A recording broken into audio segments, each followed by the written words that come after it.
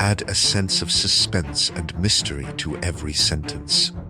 The Nazca civilization, a mysterious culture that thrived between 200 BCE and 600 AD, is believed to have created them. Yet, here's the puzzle. The Nazca people had no airplanes, no hot air balloons, and no way to see their creations from the sky. So why would they carve images so massive that only someone flying overhead could truly admire them? The figures themselves are breathtaking. A spider, a monkey, a hummingbird, even what some call the astronaut, a strange humanoid figure with large eyes etched into the side of a hill. How could an ancient desert people, without modern tools, design something with such scale, accuracy, and purpose? Were they ritual offerings to gods in the heavens? A giant calendar written in stone? Or perhaps a coded message meant for eyes far beyond our own world? Here is where the Nazca Desert refuses to give up its secrets. The lines are enormous, some stretching over 10 miles long, perfectly straight, unwavering. I am not so sure what a taste, drawn across rugged hills and uneven ground, yet somehow never breaking their course.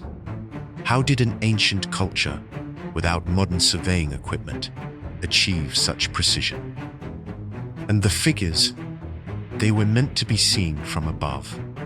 But why? The Nazca people never had flight.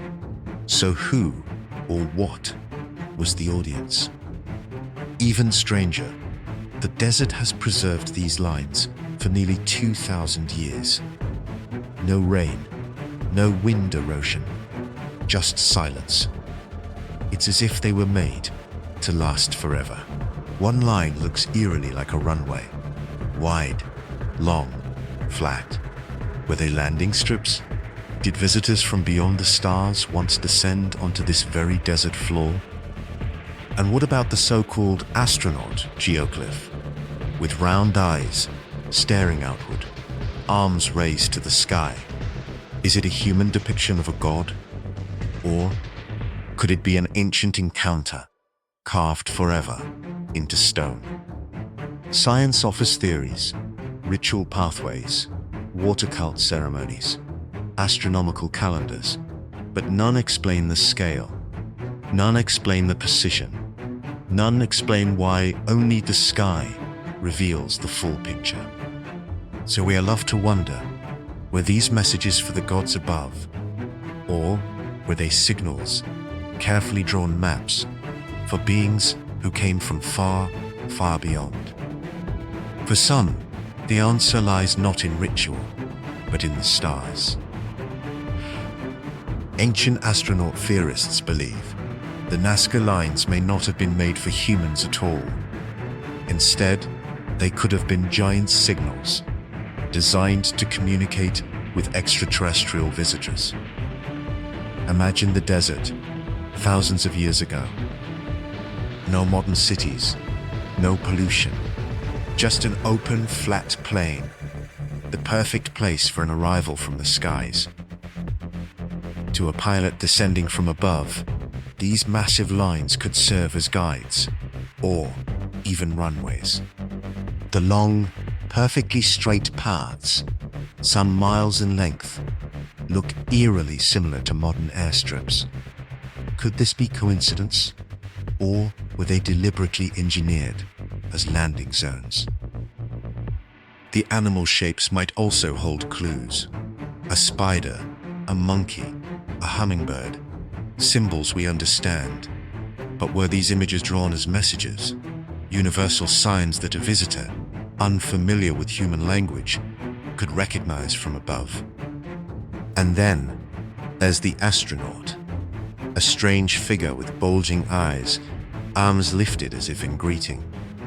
To believers, this is no ordinary drawing. It is a memory of an encounter with something or someone not of this earth. But here's the real mystery. If these were signals or runways, who were they guiding? Were the Nazca people receiving knowledge, technology, even instructions from otherworldly beings? Or did they create these geoglyphs in anticipation, hoping their designs would be seen by travelers passing far above our skies? The Nazca lines stand as silent witnesses. If they were made for gods, then who were those gods? And why did they arrive from the heavens? Across the desert sands of Peru, the Nazca lines endure, silent, mysterious, eternal. Whether they were sacred offerings, celestial calendars, or alien runways, their purpose remains hidden in time. What we know for certain is this: they were never meant for the eyes of those who walked the earth. They were meant for the sky. So we are left with a haunting question. Who was truly watching? Were these lines drawn for gods that never came, or for visitors who promised to return? The desert still waits, and so do we. Tell us, what do you believe? If anything, messages to the heavens, or markers for beings from beyond the stars. Beneath the blazing Peruvian sun, across a barren desert that has remained untouched for centuries, lies one of the greatest enigmas of the ancient world. Immense figures carved into the earth, so massive they can only be seen from the sky. Who made them? And more importantly, who were they meant for?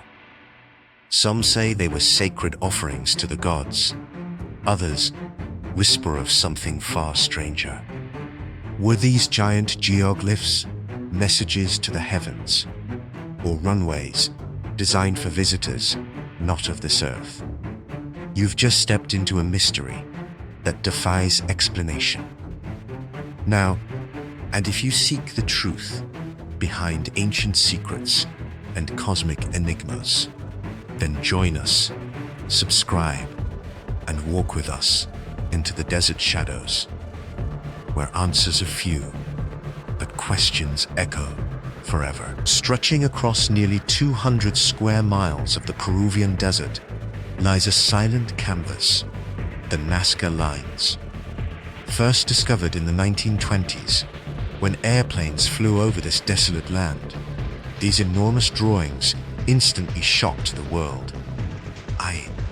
From the ground, they appear as faint scratches in the dirt, but from above, they reveal themselves as intricate shapes, animals, plants, geometric patterns, and perfectly straight lines stretching for miles.